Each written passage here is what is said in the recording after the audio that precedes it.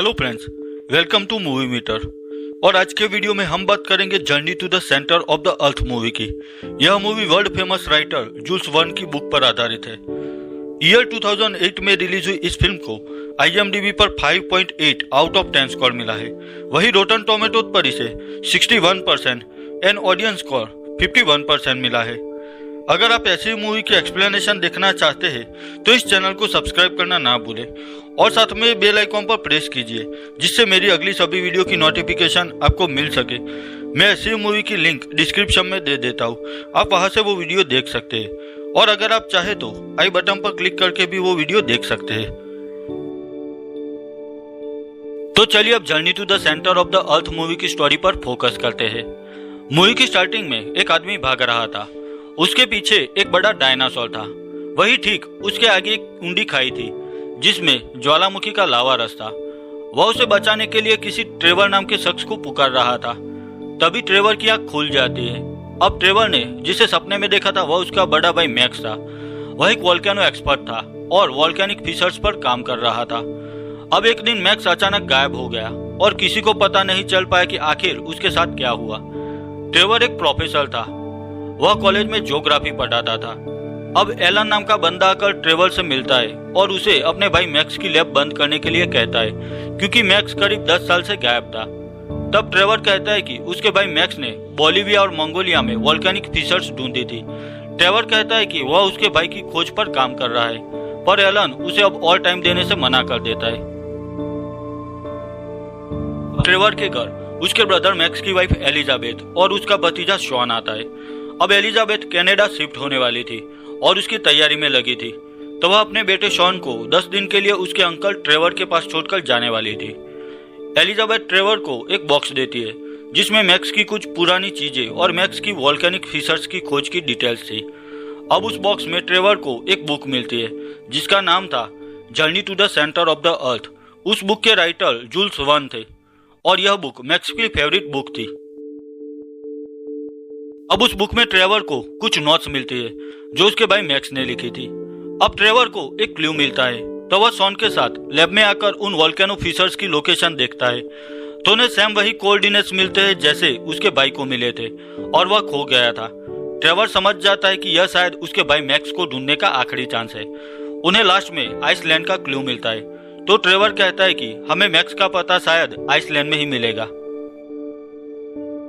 Trevor Shawn से कहता है कि मैक्स और वो ऐसी वोल्केनो ट्यूब्स पर रिसर्च कर रहे थे जो सीधा पृथ्वी के सेंटर तक जा सकती थी और हो सकता है कि वहां कोई अलग दुनिया एग्जिस्ट करती हो।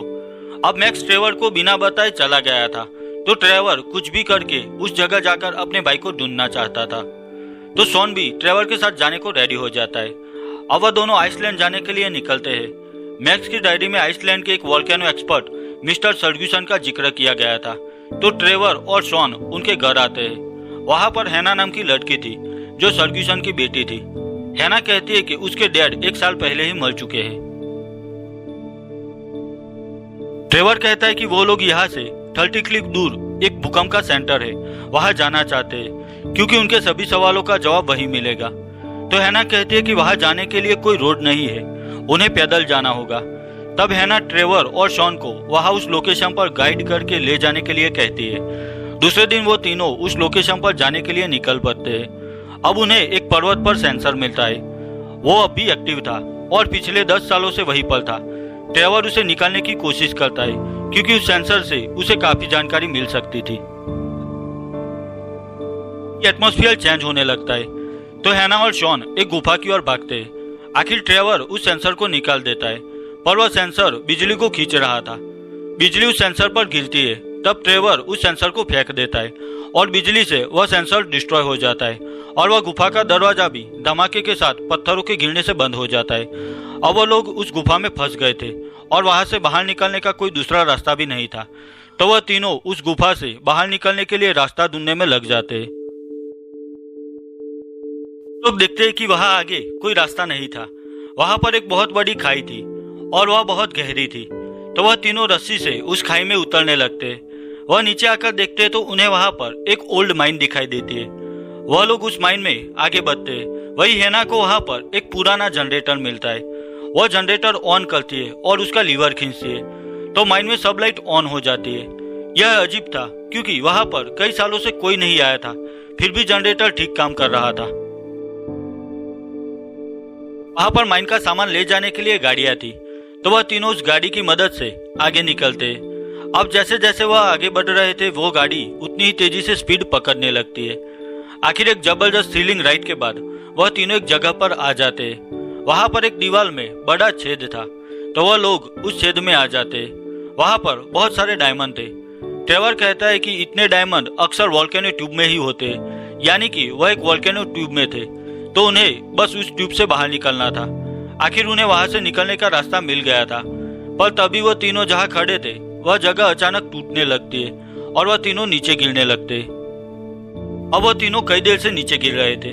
किसी को समझ में नहीं आ रहा था कि आखिर क्या हो रहा है। तब ट्रेवर कहता है कि journey to the centre of the earth book में जूल्स वर्न ने लिखा था कि यह एक वोल्केनो टनल है जो कई किलोमीटर गहरी हो सकती है और आखिर में वहां पर पानी होगा, यानी कि टनल से गिरने वाले लोगों को कुछ नहीं होगा।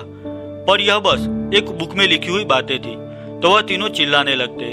अब उन्हें वहां पानी के बुलबुले दिखाई देते, यानी कि उस बुक में लिखा हुआ सही था। अब वह तीनों वहां से पानी में गिरते और वहां से तैरकर बाहर आ जाते। यह एक बहुत बड़ी गुफा थी। वह देखते कि वहां पर बहुत सारे बर्ड्स थे जो चमक रहे थे। ट्रेवर कहता है कि यह पंछी ग्लोइंग बर्ड नाम से पहचाना जाता था, पर ताज्जुब की बात है क्योंकि ग्लोइंग बर्ड्स पिछले 150 मिलियन ईयर से खत्म हो चुके थे। वो ग्लो बर्ड्स एक सुरंग की ओर जा रहे थे, तो सभी लोग उसी रास्ते चल पड़ते। अब वो अंदर का नजारा देखते तो चौंक जाते, क्योंकि वहां पर एक अलग ही दुनिया थी। वह सभी सेंटर ऑफ द अर्थ यानी कि पृथ्वी के केंद्र बिंदु में आ गए थे। यानी कि ट्रेवर का भाई मैक्स राइट था, क्योंकि उसने जैसा कहा था कि पृथ्वी पर कहीं दूसरी दुनिया एग्जिस्ट करती है, वह सच था। A world with in the world. अब वो लोग आगे बढ़ते और उस बुक में देखते कि उस जगह पर सब कुछ सेम ऐसा था जैसा उस बुक में लिखा हुआ था, यानी कि किसी ने जूल्स वर्न को यह सब बताया था, या फिर उन्होंने खुद यह सफल तय करके journey to the centre of the world book लिखी थी। अब वो लोग एक पेड़ में बनी हुई गुफा में आते। वह देखते कि वहां पर शायद कोई रहता था। उन्हें वहां पर कुछ क्लू मिलते, जिससे वह लोग समझ जाते कि यहाँ पर मैक्स रहता था। उन्हें वहां पर एक डायरी मिलती है जिसकी हैंड राइटिंग मैक्स की थी। वह समझ गए थे कि इतने सालों तक मैक्स यहाँ जिंदा नहीं होगा। अब हैना और ट्रेवर मैक्स की नोट देख रहे थे, जिससे उन्हें यहाँ से निकलने का रास्ता मिल सके। मैक्स ने लिखा था कि एक गीजर जैसी नदी है, जिससे वह सभी यहाँ से निकलकर ऊपर पहुंच सकते हैं। ट्रेवर कहता है कि इस जगह पर रहना सेफ नहीं है, तो उन्हें कुछ भी करके उस नदी के पास 2 दिन में पहुंचना होगा। वह तीनों मिलकर वहां पर एक लकड़े की बोट बनाते और वहां से निकलते। अब वो लोग बोट लेकर आगे बढ़ रहे थे, तभी भारी बारिश होने लगती है। उन्हें पानी में कुछ हलचल महसूस होती है। वह देखते तो वहां पर बड़े दांतों वाली खूंखार मछली थी, और फिर देखते ही देखते वहां पर ऐसी ढेर सारी मछलियां आ जाती है। वह तीनों उस मछलियों का मुकाबला कर रहे थे। वो वहां बुरी तरह फंस चुके थे। तभी वहां पर सी हॉर्स आ जाते और वह उन खूंखार मछलियों को खाने लगते। उन्हें बस मछलियां चाहिए थी, तो हैना, ट्रेवर और शॉन सेफ थे। वो आखिर वहां से बच निकलते, पर अब काफी तेज हवा चल रही थी। उनकी बोट कंट्रोल से बाहर हो रही थी। तभी एक रस्सी टूट जाती है। तब शॉन उसे पकड़ रहा था। अब तेज हवा की वजह से शॉन बोट पर से खींचा चला जाता है। ट्रेवर उसे चाहकर भी नहीं बचा सकता। अब शॉन होश में आता है तो वह देखता है कि वहां पर कोई नहीं था। तभी वह ग्लो बर्ड आता है और शॉन उसके पीछे चला जाता है। वही ट्रेवर और हैना अपसेट थे, क्योंकि उन लोगों के सामने ही शॉन चला गया और वह लोग कुछ नहीं कर सके। फिर भी वह लोग नॉर्थ दिशा में आगे बढ़ रहे थे। वही शॉन भी कंपास के जरिए नॉर्थ दिशा की ओर बढ़ता है। ट्रेवर और हैना थोड़ा आराम करने के लिए एक जगह पर बैठे थे। तभी वह एक मांसाहारी पौधा हैना को पकड़ लेता है। वह पौधा हैना का गला दबा रहा था। तभी ट्रेवर उस पौधे को पकड़कर जमीन से निकाल देता है और आखिर वह पौधा हैना को छोड़ देता है। वही शॉन भी उस ग्लो बर्ड के साथ आगे बढ़ रहा था। वह एक मैग्नेटिक फील्ड पर आ जाता है। वहां पर बहुत सारे मैग्नेटिक पत्थर थे जो तैर रहे थे। उसे दूसरी ओर पहुंचने के लिए उन मैग्नेटिक पत्थर पर से जाना होगा, जैसे कि कोई वीडियो गेम। पर वीडियो गेम में सेकंड चांस मिलता है, और यहाँ पर अगर शॉन चूक गया तो उसका खेल खत्म। वह धीरे धीरे उन पत्थर पर आगे बढ़ता है और आखिर दूसरी साइड तक पहुंच जाता है। कि ट्रेवर और हैना को वह नदी आखिर मिल जाती है। वहां पर एक गुफा भी थी, यानी कि वह गीजर उस गुफा में ही होगा। उन्हें रास्ता मिल गया था, पर फिर भी वह दोनों शॉन के बगैर वहां से जाना नहीं चाहते थे। तभी ट्रेवर हैना को कहता है कि शॉन उसकी रिस्पॉन्सिबिलिटी था। उसने ऑलरेडी अपने भाई मैक्स को खो दिया है, अब वो शॉन को नहीं खो सकता। तो वह हैना को इस अर्थ के सेंटर से उस गीजर के जरिए बाहर निकलने के लिए कहता है और वह शॉन को आखिरी बार ढूंढने के लिए वही रुक जाता है और ट्रेवर और हैना तब अलग हो जाते हैं। अब शॉन भी उसी जगह था जहां ट्रेवर था, यानी कि दोनों करीब थे। तब शॉन को कोई भयानक आवाज सुनाई देती है और वह डर कर एक जगह छिप जाता है।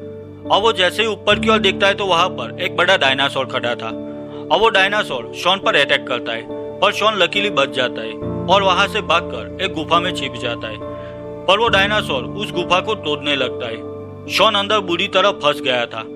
अब शॉन की चिल्लाने की आवाज ट्रेवर को सुनाई देती है। वह उस गुफा की दूसरी ओर था।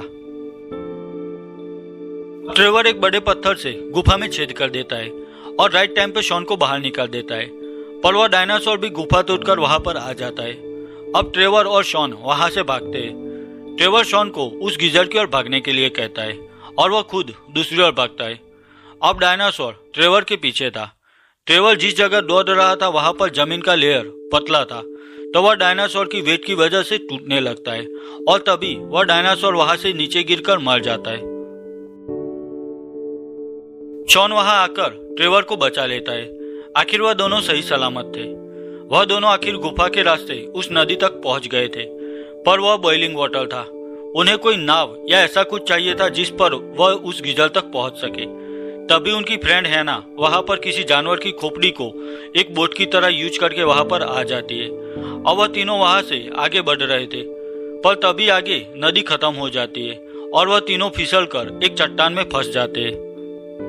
उन्हें वहां पानी की आवाज सुनाई देती है, पर वह दीवार की दूसरी ओर था। तभी ट्रेवर कहता है कि इस चट्टानों पर मैग्नीशियम लगा हुआ है। अगर इन पर आग लगाई जाए तो धमाके से चट्टानें फट जाएगी और पानी यहाँ आ जाएगा, जिसके सहारे वह सभी यहाँ से बाहर निकल सकते हैं। पर एक प्रॉब्लम थी, वह चट्टानें काफी गीली थी। उन्हें कोई ऐसी जगह चाहिए थी जो गीली ना हो, जिससे वो वहां पर आग लगा सके। तब ट्रेवर रस्सी बांधकर वहां से लटक कर फ्लैश स्टिक लेकर नीचे आता है। उसे वहां एक जगह मैग्नीशियम साफ दिखाई दे रहा था और यहाँ से बाहर निकलने का यह आखिरी मौका था, पर ट्रेवर वहां नहीं पहुंच सकता था। तो वह फ्लैश स्टिक जलाकर उस चट्टान की ओर फेंकता है। आखिर वहां चिंगारी से आग लग जाती है और मैग्नीशियम की वजह से वहां पर बड़ा धमाका होता है और वहां से पानी आने लगता है। वह सारा पानी सीधा नीचे जल रहे लावा में गिरता है। अब लावा और पानी एक साथ हो जाने से भाप की वजह से आखिर वह तीनों ऊपर की ओर आगे बढ़ते हैं। यह एक वोल्केनो ट्यूब थी, यानी कि जिस तरह वह लोग अर्थ के सेंटर में आए थे वैसे ही अब वापस जा रहे थे। आखिर वह तीनों वहां से सही सलामत बाहर आ गए थे। वहां से उछलकर नीचे आ रहे थे। आखिर वह खोपड़ी की वजह से वह किसी के फार्म में आ जाते। वह एक अलग ही जगह पर थे। उन्होंने सफर आइसलैंड से स्टार्ट किया था, पर अभी वह तीनों माउंट वेसुवियस से बाहर निकले थे, जो इटली में था। वहां पर एक आदमी आता है। उसका काफी नुकसान हो गया था। उसकी फसल भी इन तीनों की वजह से बर्बाद हो गई थी। वह रो रहा था। तब शॉन अपनी बैग से एक डायमंड निकालकर उस आदमी को दे देता है। वह डायमंड देखकर बूढ़ा आदमी खुश हो जाता है। शॉन ने वहां से काफी डायमंड अपनी बैग में ले लिए थे, यानी कि वो लोग वहां से खाली हाथ नहीं लौटे थे। वह मालामाल हो गए थे। हैना और ट्रेवर भी इतने सफर के बाद एक दूसरे को चाहने लगे थे। अब वह तीनों वापस अपने घर आ जाते हैं। ट्रेवर शॉन को उसके डैड की एक और किताब देता है जिस पर लिखा था एटलांटिस की अनदेखी दुनिया। तभी शॉन अपनी बैग से वह ग्लो बर्ड निकालता है। वो उस अर्थ के सेंटर से उस बर्ड को अपने साथ ले आया था, पर वो बर्ड वहां से चला जाता है और बस यहीं पर यह मूवी खत्म हो जाती है। यहीं पर journey to the centre of the earth movie की एक्सप्लेनेशन खत्म करता हूँ। अगर यह वीडियो आपको अच्छी लगी है तो इसे लाइक और शेयर कीजिए, और मेरे लिए कोई भी सजेशन है तो मुझे कमेंट सेक्शन में कमेंट करके बताइए। तो मिलता हूँ अपने नेक्स्ट वीडियो में। तब तक के लिए बाय बाय।